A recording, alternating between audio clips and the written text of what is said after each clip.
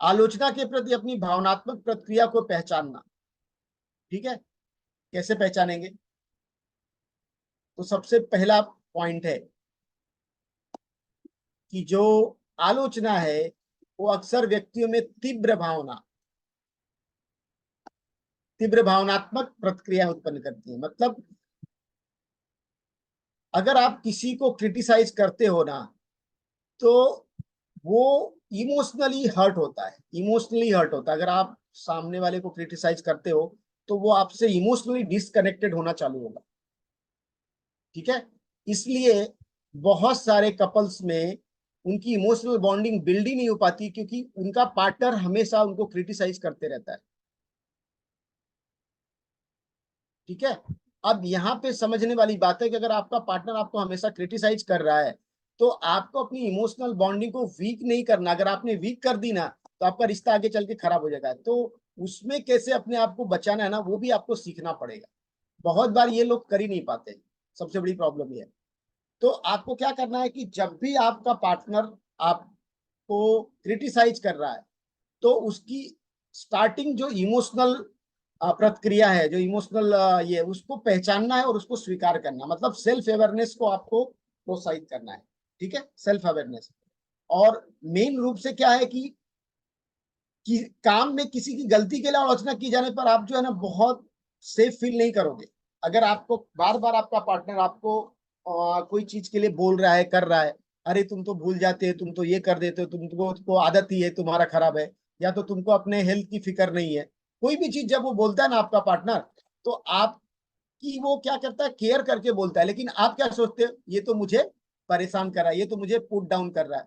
जैसे वाइफ बोल रही, तुम तो टाइम पे खाना नहीं खाते हो, ओवरवेट हो रहे हो, तुमको ये प्रॉब्लम, अरे ये तो मुझे परेशान कर रही है। परेशान नहीं कर रही वो चाहती है कि आप आगे चल के बीमार ना पड़ो, उसका कंसर्न है। लेकिन आपने उसके वर्ड्स को पकड़ लिया, उसके क्या कंसर्न है उसको नहीं समझा। अगर वो नहीं समझा तो आपको दिक्कत क्रिएट हो जाएगी। ठीक है, बहुत बार क्या होता है कि अगर आप मेंटल डिप्रेशन के शिकार हैं, ठीक है, क्यों है, क्यों हो जाते हैं बहुत लोग मेंटल डिप्रेशन के शिकार हो जाते हैं?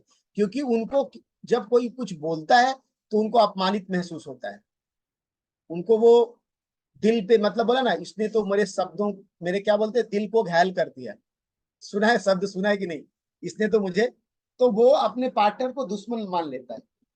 इससे क्या होता है कि आप धीरे धीरे मेंटल डिप्रेशन में चले जाओगे। और जब आप मेंटल डिप्रेशन में जाते हो तो चीजें और ज्यादा खराब हो जाती है।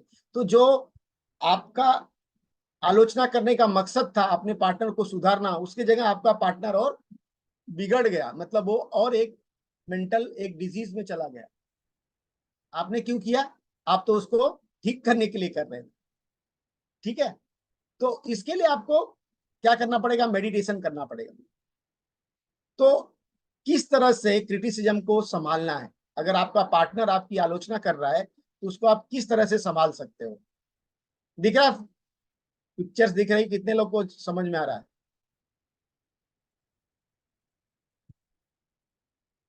वाइफ चिल्ला रही है, हस्बैंड क्या कर रहा है? हस्बैंड भी चिल्ला रहा है। ज्यादातर कौन चिल्लाता है, इसलिए देखो फोटो भी वैसे ही रहा है। ज्यादातर लेडीज ही चिल्लाती है, जेंट्स भी चिल्लाते हैं, ऐसा बात नहीं। जेंट्स, लेडी 10 बार चिल्लाती, जेंट्स 10 बार की जगह एक ही बार चिल्लाता है, बट वो 10 बार से ज्यादा होता है। तो जितना 10 बार लेडी चिल्लाई रहेगी, उसका डबल एक ही बार में चिल्ला देता है। बराबर है ना? सही बोल रहा हूँ क्या? मुकेश भाई सही बोल रहा हूँ? अरे कुछ जवाब दो यार, चैट बॉक्स में डालो। पंकज भाई सही है, मनिंदर जी। देखो क्या है, सबसे बड़ी बात है ना कि जब आपको क्रिटिसाइज किया जा रहा है तो आपको सक्रिय रूप से सुनना है। सक्रिय रूप से सुनने का मतलब, अगर आप उसको सुनते हो तो आपको ये, मतलब आपके पार्टनर को लगेगा कि भाई मुझे ये मेरी विचारों को, मेरी भावनाओं का कदर कर रहा है, मैं जो बता रही हूँ, समझा रही हूँ, उसको सुन रहा है, भले वो गलत बोल रहा है या उसको, लेकिन आपको पहली बात अपने पार्टनर को सुनना है। इससे क्या होगा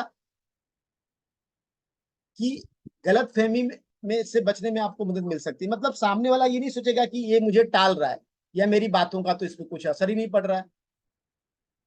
ठीक है, बहुत बार लोगों को क्या लगता है ये करने के लिए हमको क्या करना पड़ेगा?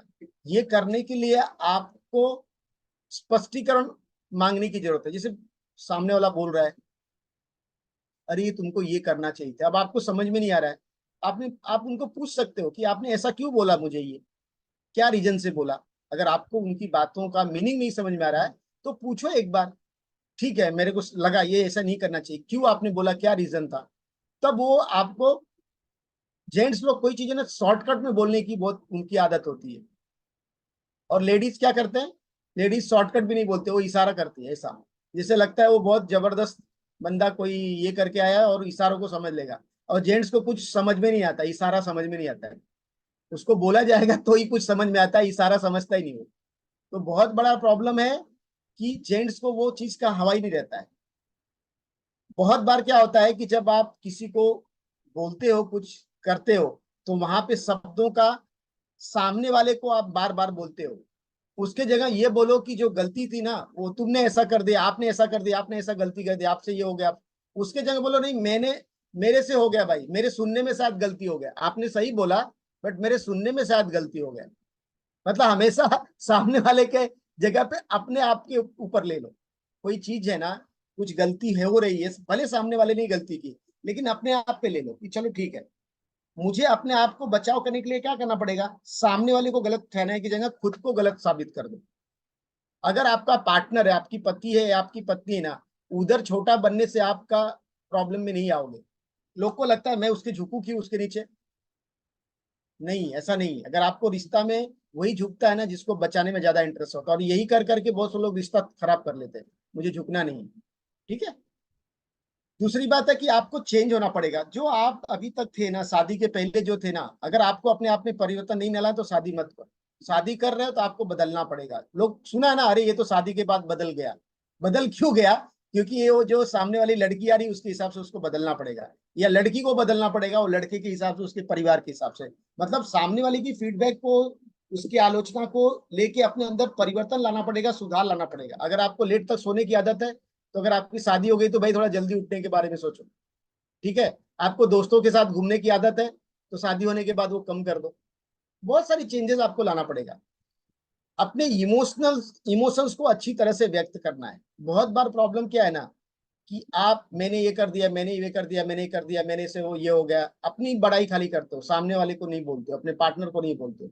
वहां पे सामने वाले को वैल्यू ज्यादा देना है।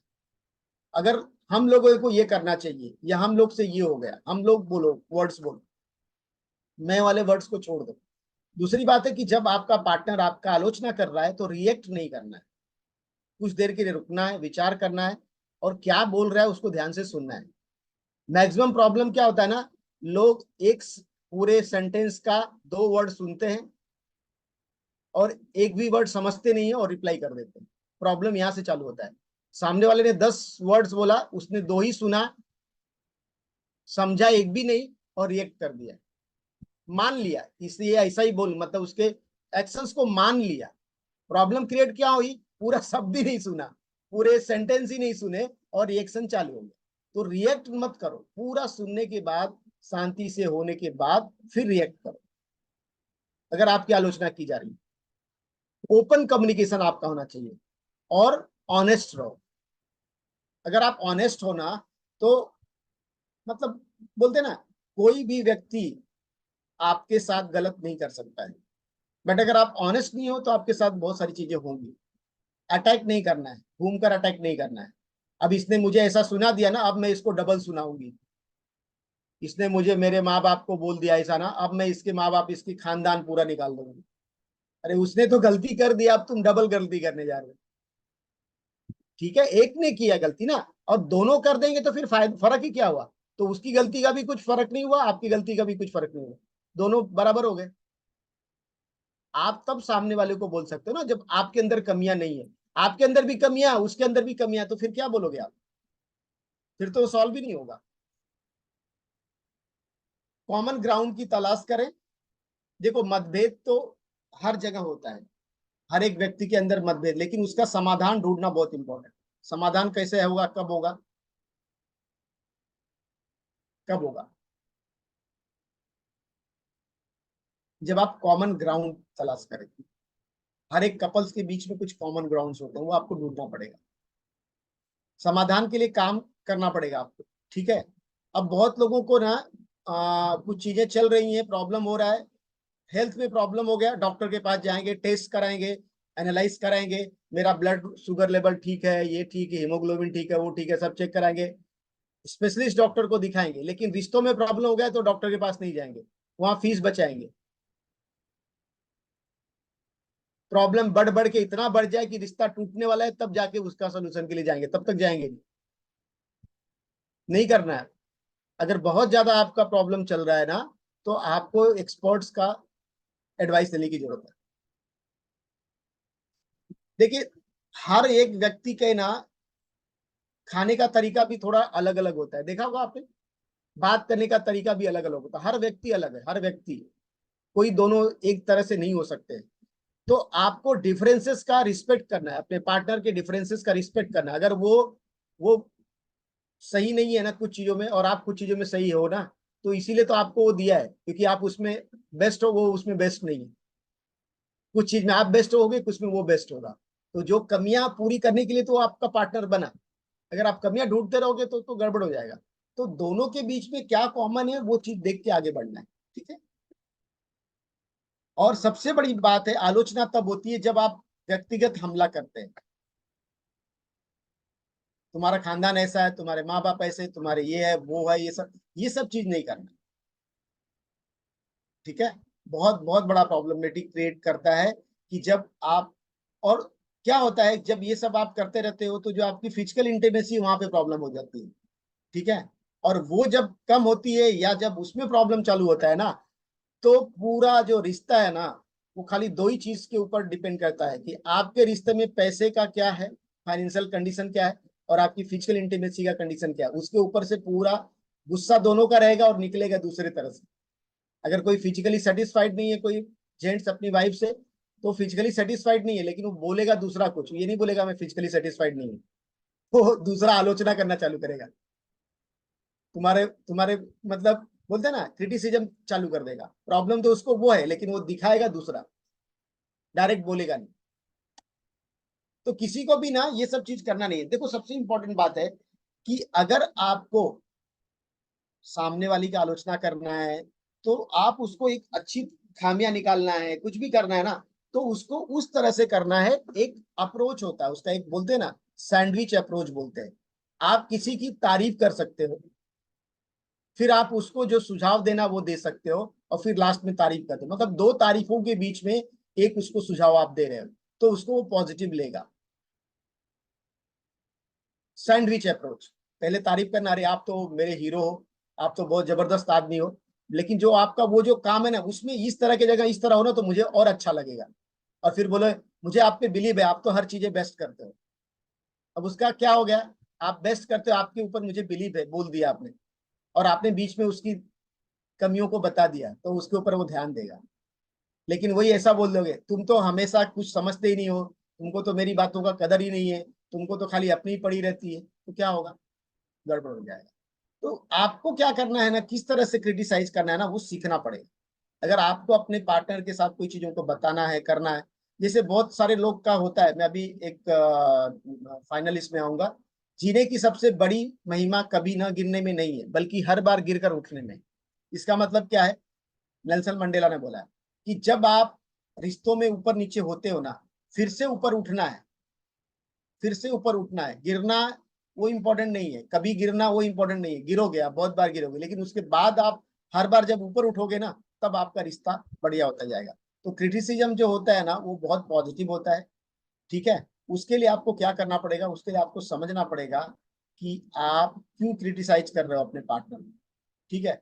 क्या ऐसा चीज है जिसकी वजह से आप क्रिटिसाइज कर रहे हो, वो आपको समझना पड़ेगा। दूसरा बात है कि आपको ये समझना पड़ेगा कि मैं जो हूं यहाँ पे क्यों आया हूं, मेरा रोल क्या है, मेरा पॉजिटिव रोल क्या है। मैं क्या किसी को सुधारने के लिए पृथ्वी पे जन्म लिया हूं, मेरा रोल किसी को सुधारने का है काम, मेरा रोल खुद को सुधारने का है, दूसरे को सुधार ही नहीं सकता हूं। जिस दिन ये बात आपको समझ में आ जाएगी ना, उस दिन चीजें बेहतर हो जाएगी।